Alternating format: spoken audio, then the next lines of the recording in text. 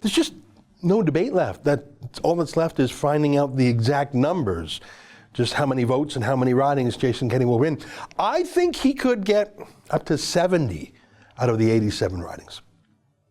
Okay, so if that happens, what should he do? I think on the very first day he needs to fire a lot of holdovers from the Notley era. He needs to purge dozens, probably hundreds of people, entire agencies if need be. Take Ed Whittingham, an anti-oil sands extremist formerly with the Pembina Institute, a lobby group that takes foreign money to attack the oil sands. Rachel Notley just appointed him to the Alberta Energy Regulator. That's the quasi-judicial tribunal, like an energy court, really, that approves or denies pretty much anything involving oil and gas. Whittingham has to be fired on the very first day. The same way that Doug Ford, the new Ontario Premier, cleaned house at one of its problem childs, Ontario Hydro, the huge politicized boondoggle packed with appointees by his predecessor, Kathleen Wynne.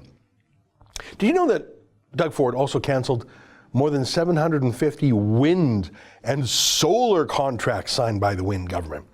Obviously, they were junk, extremely expensive, many of them patronage gifts to connected insiders, all of them a signature Liberal platform. Just cancel them. Boom, gone. Let them sue if they want. Get out. Gone. You're done.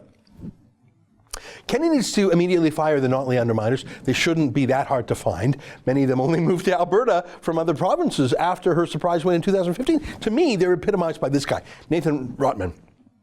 He's Notley's chief of staff. He came from Toronto, where he was a junior staffer on the losing campaign of a hard left-wing candidate for mayor.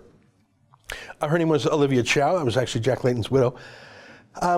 Seriously, some door knocker for the third place loser in a Toronto city election became the chief of staff to the Premier of Alberta. Had he even visited Alberta before he was given that job? Obviously, he's a political staffer and would be let go anyways, but there are dozens, maybe hundreds of such interlopers, carpetbaggers, as they were called in the US after the Civil War. Fire them all, and quick, just all of them, gone, get out. Not just to send a message, not just to save money, but otherwise they will become malicious holdovers like Donald Trump faced when he took office. The entire collusion myth that was finally buried by Robert Mueller a few weeks ago was juiced up by Obama appointees who stuck around under Trump and colluded against Trump and used their access and information and connections and resources to plant little time bombs for him, to leak about him, to set him up. They'll absolutely be doing that to Kenney and his MLAs. They need to all be fired. When in doubt, fire. And given that Notley hired, what, was it 50,000, 60,000 excess bureaucrats in the past 4 years? I think the default bias should be to overfire, not underfire. When in doubt, throw them out.